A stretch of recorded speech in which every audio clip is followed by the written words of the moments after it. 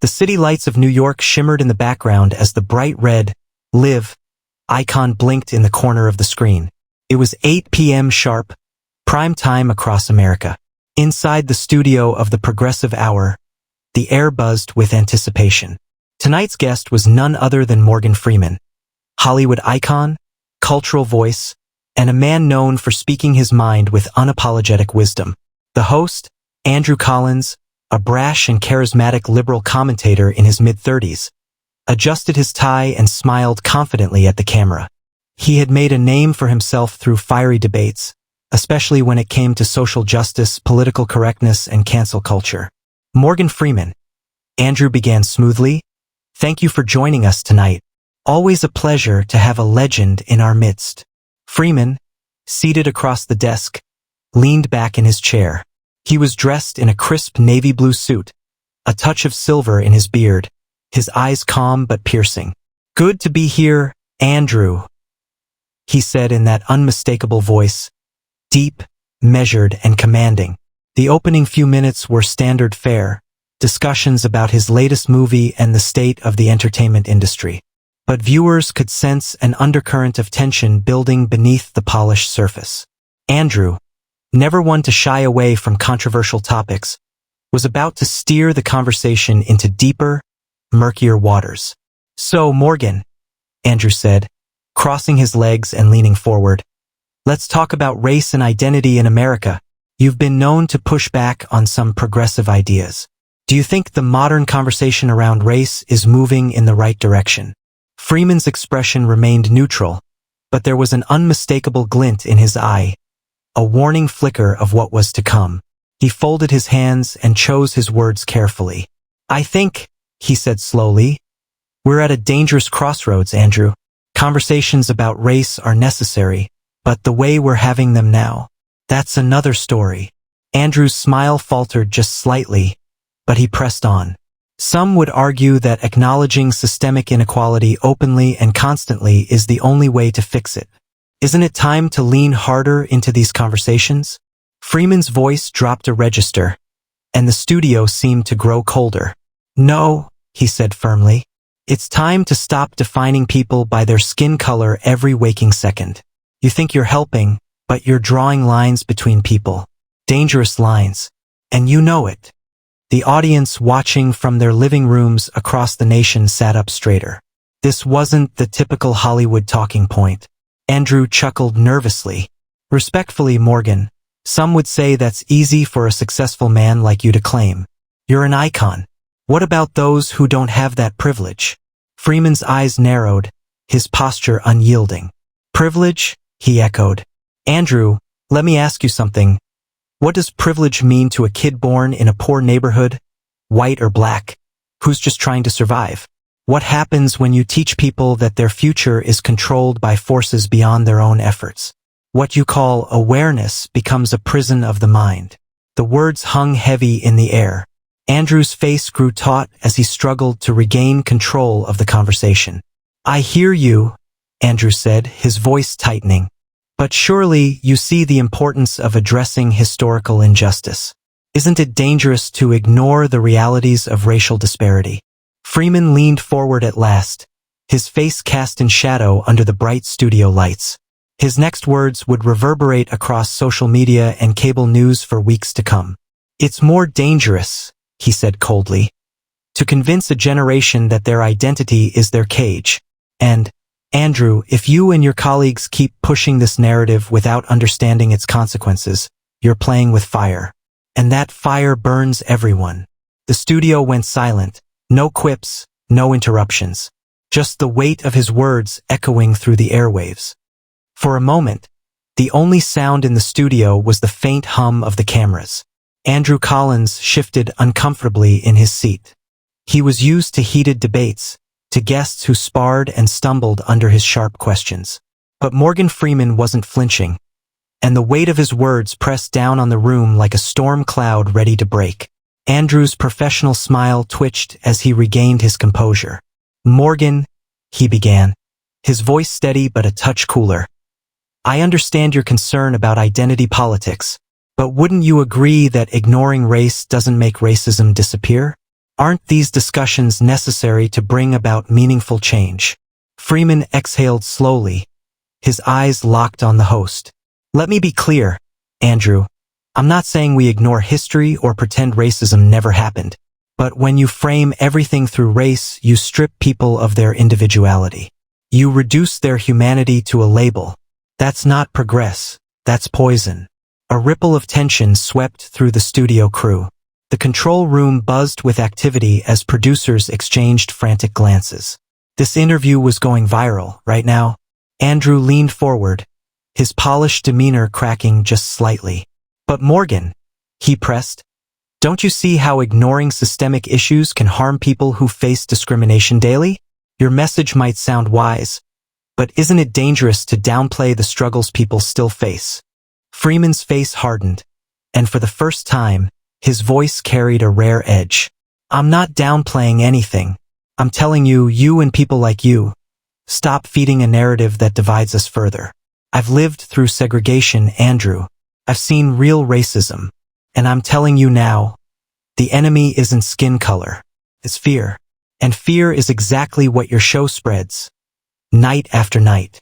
The sharpness in his tone cut through the air. For a man known for his calm wisdom, this was something different. Something raw. The audience at home could feel it. The comments section of the network's live stream exploded with reactions. Andrew's jaw clenched slightly as he struggled to maintain control. I would argue, he said carefully, that conversations about systemic bias empower people to demand better. Isn't that worth discussing openly? Freeman's gaze didn't waver. You can discuss the truth without sowing division, he said firmly. But what you're doing, it's not truth. It's a performance. You frame the world in us versus them, black versus white, oppressor versus oppressed, and you profit from it. You think that helps anyone? The words hit like a hammer, and the camera panned slightly to catch Andrew's strained expression. So, what's your solution then? Andrew shot back, his tone sharper now. Ignore race and hope it all magically goes away? Freeman shook his head slowly, his voice quieter, but no less powerful. No. My solution is simple. Start treating people like people. Not labels. Not political pawns. Teach kids that their worth isn't determined by the past, but by their choices. And you, Andrew, you need to ask yourself, are you helping them see a future? Or are you keeping them locked in the past for the sake of your ratings? The question hung heavy between them. For the first time, Andrew had no immediate comeback. In the silence, Freeman leaned back, his expression unreadable. America isn't perfect, he said quietly. But you don't fix it by tearing it apart. And you certainly don't fix it by turning every conversation into a battlefield. If you play this game long enough, Andrew, you'll burn everything down, including yourself. The silence stretched long and heavy. Somewhere in the control room, a producer mouthed, "Wow," under their breath. Andrew cleared his throat, his professional mask slipping back into place. Well, he said with a tight smile, you've certainly given us a lot to think about, Morgan. Freeman nodded once. I'd hope so, he said simply. And with that, the tension finally broke. But the damage was done. Across the country, viewers sat stunned by what they had just witnessed. In the age of sound bites and partisan outrage, no one had expected Morgan Freeman to deliver a warning like this, and the aftershocks were just beginning. The red on-air light flicked off, signaling the end of the broadcast, but the storm it unleashed was just beginning. Morgan Freeman stood up calmly, adjusting his suit jacket, while Andrew Collins remained seated, his jaw tight, his mind spinning. You didn't hold back? Andrew muttered, forcing a smile as he extended his hand. Freeman shook it firmly. Someone needed to say it, he replied. With that, he turned and walked toward the studio exit, leaving a room full of stunned silence in his wake. By the time Freeman's car pulled out of the network's parking garage, the internet had already erupted. Clips from the interview spread like wildfire on YouTube, Twitter, and Facebook. Within an hour, #FreemanWarning was the #1 trending topic across the United States. In a sleek Manhattan high-rise, the network's executives gathered in a glass-walled conference room, their faces pale as they watched the interview's highlights loop on a massive screen. "This is the problem," muttered Susan Green, the network's head of programming. "Or a gold mine," countered Daniel Pierce, the marketing director. "The numbers are insane. This is the most watched segment we've had in months. People aren't turning away, they're tuning in." "But at what cost?" Susan snapped. "Our audience leans progressive. Morgan's comments are alienating them. If Andrew doesn't clean this up, we risk a full-blown backlash." Meanwhile, in the heart of Los Angeles, Morgan Freeman's phone buzzed nonstop with calls and messages. Some were supportive colleagues and friends who applauded his honesty. Others, less kind, accused him of undermining the social justice movement. He sat alone in his study, watching the news coverage unfold. Every major outlet was dissecting his words. Conservative commentators praised his courage, while progressive figures called his message dangerous and out of touch. Freeman sighed deeply. He had known the fallout would be intense. But the truth, as he saw it, couldn't stay buried. A soft knock at the door interrupted his thoughts. It was his longtime friend and publicist, Vanessa Green. She entered with a tablet in hand and a worried expression on her face. "You're everywhere, Morgan," she said, setting the tablet on the desk. "Fox News is hailing you as a hero. MSNBC is calling your message reckless. Social media is a war zone." Freeman leaned back in his leather chair, his fingers steepled. "Let them talk," he said quietly. "I said what needed to be said." Vanessa hesitated before speaking again. "But you realize this isn't just a TV moment anymore. There's real fallout. Civil rights groups are calling for an apology. Andrew's team is scrambling to regain control of the narrative. And there are rumors that the network might cut ties with him if this spirals further." Freeman's expression grew serious. "Andrew's young," he said after a long pause. "Smart but reckless. He's not my enemy. The problem is the machine he works for, the way it pushes division for profit. But maybe," his voice softened, "maybe there's still time for him to see that." At that exact moment, Andrew Collins sat alone in his office, scrolling through the online reactions. Angry emails flooded his inbox. Twitter was ablaze with accusations that he had been schooled on his own show. For a man who prided himself on controlling the conversation, the sting of losing it, especially to someone as respected as Freeman, wasn't easy to swallow. His phone buzzed. It was Susan Green. He sighed and answered. "Andrew," she said briskly, "we need to talk strategy. Tomorrow morning you're going to issue a clarifying statement. Something to soften the backlash. Make it clear you stand for open dialogue while reaffirming our commitment to social justice." Andrew pinched the bridge of his nose. "You want me to walk it back?" "No," Susan corrected. "I want you to regain control." Freeman's message resonated with a large chunk of the country, but our core audience is furious. "If you can't thread this needle, Andrew, your career is in trouble." He hung up, feeling the weight of her warning settle in his chest. For years, he had built his reputation as a champion of progressive ideals, but Morgan Freeman had exposed a flaw he couldn't ignore. And now, the question loomed over him, was he part of the solution or part of the problem? Later that night, Andrew's phone lit up with a text from an unknown number. It read, "If you want to understand what I meant, meet me tomorrow. No cameras, no noise, just the truth. Morgan." Andrew stared at the message for a long time before typing two simple words. "I'll be there." The next afternoon, Andrew Collins arrived at a quiet, upscale cafe on the outskirts of New York City. It was a far cry from the bright lights and tension of the studio, a place where high-profile figures could talk without fear of prying eyes. Morgan Freeman was already there, seated in a corner booth. A cup of black coffee sat untouched in front of him as he gazed out the window, his face calm but unreadable. Andrew hesitated at the entrance. He wasn't sure why he had agreed to this meeting. Maybe it was curiosity, or maybe, deep down, he knew he needed to hear more. Taking a breath, he walked over and slid into the seat across from Freeman. "You made quite a mess last night," Andrew said, attempting a light tone. Freeman smiled faintly. The truth has a way of doing that, he replied. A waiter approached to take Andrew's order, but Freeman raised a hand. This isn't a long lunch, he said quietly. We've got bigger things to talk about.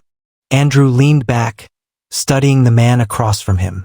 There was something disarming about Morgan Freeman's presence, an unshakable confidence that wasn't rooted in ego, but in the weight of a life fully lived. So, Andrew said, folding his arms, why am I here? Freeman's expression grew serious. Because I don't think you're a bad man, Andrew, he said. But I do think you're playing a dangerous game, and you may not even realize it. Andrew felt a flicker of defensiveness rise in his chest. I'm just doing my job. Isn't it important to hold a mirror up to society? Freeman nodded slowly. It is, but the mirror you hold, it's cracked. You're showing people a distorted image of themselves. And you know what happens when people stare too long at a broken reflection? They break, too, Andrew murmured, surprising himself. Freeman's eyes narrowed slightly. Exactly. You're not wrong to want justice, Andrew. But the way your show frames every issue, reducing people to categories, pushing outrage, it doesn't heal anyone. It deepens the wounds. Andrew shook his head. It's not that simple. If we don't talk about inequality, how do we fix it? People need to know what's happening. They do, Freeman agreed. But the way you're doing it, it's not about understanding. It's about division. And that has consequences. He paused, letting his words settle before continuing. You know the problem with this constant focus on identity? It locks people into permanent victimhood. It tells them the world is against them, and that no amount of effort will ever change their future. That's not empowering. It's a prison of the mind. The words struck something deep within Andrew. He thought about the countless debates he had hosted, the angry voices, the shouting matches. Had he really been helping anyone? Or had he just become part of a system designed to keep people in conflict? I'm not blind, Freeman continued, his voice softer now. I know the pain that history has left behind. I've lived it. But I also know that no policy, no politician, no televised debate will ever replace the power of individual responsibility and human connection. Andrew exhaled sharply, struggling to find his footing. So what? You're saying I should stop talking about these issues altogether? Just let them fade away? No, Freeman said firmly. I'm saying talk about them differently.